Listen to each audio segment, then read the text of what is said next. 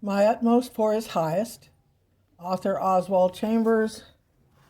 Copyright 1935. This edition 1992. Inspiration of Spiritual Initiative. Arise from the dead. Ephesians 5:14. Not all initiative, the willingness to take the first step, is inspired by God.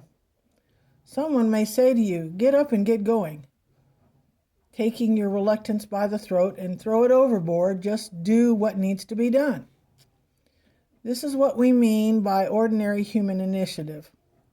But when the Spirit of God comes to us and says, in effect, "Get up and get going," we suddenly find that the initiative is inspired.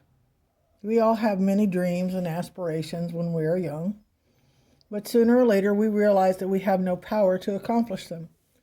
We cannot do things we long to do, so our tendency is to think of our dreams and aspirations as dead. But God comes and says to us, "Arise from the dead." When God sends His inspiration, it comes to us with such miraculous power that we are able to arise from the dead and do the impossible.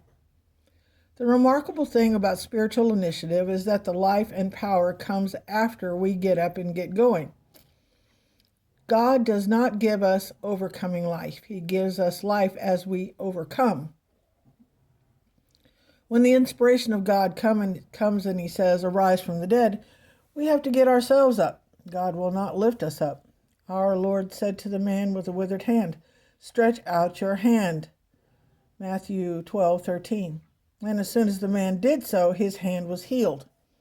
But he had to take the initiative. If we will take the initiative to overcome, we will find that we have the inspiration of God because He immediately gives us the power of life.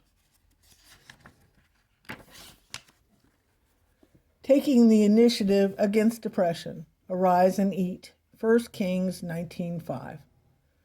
The angel in this passage did not give Elijah a vision or explain the scriptures to him or anything remarkable. He simply told Elijah to do a very ordinary thing, that is, to get up and eat. If we were never depressed, we would not be alive. Only material things don't suffer depression. If human beings were not capable of depression, we would have no capacity for happiness and exaltation.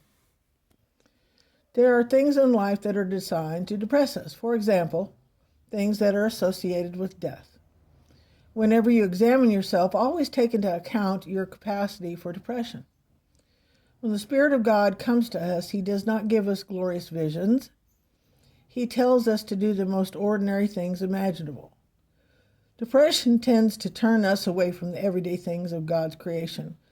But whenever God steps in, His inspiration is to do the most natural, simple things that we would never have imagined God was in, but as we do them, we find Him there. The inspiration that comes to us in this way is the initiative against depression. But we must take the first step and do it in the inspiration of God. If, however, we do something simple to overcome our depression, we will only deepen it. But when the Spirit of God leads us instinctively to do something, the moment we do, the depression is gone.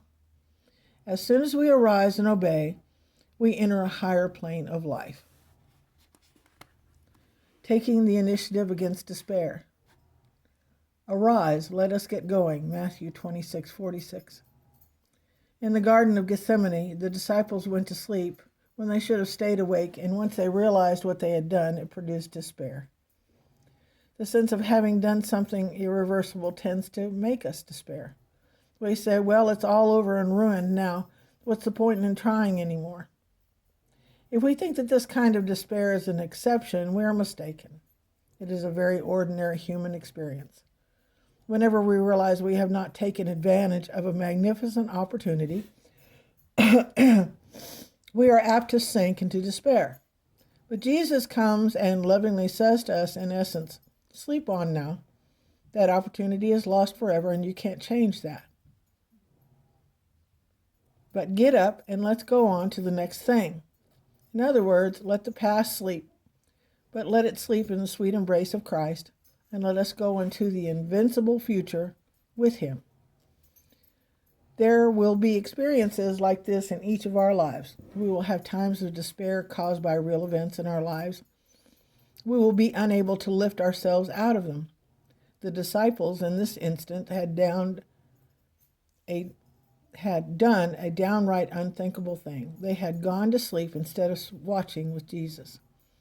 But our Lord came to him taking spiritual initiative against their despair and said, in effect, "Get up and do the next thing." If we are inspired by God, what is the next thing? It is to trust Him absolutely and to pray on the basis of His redemption. Never let the sense of the past failure defeat your next step.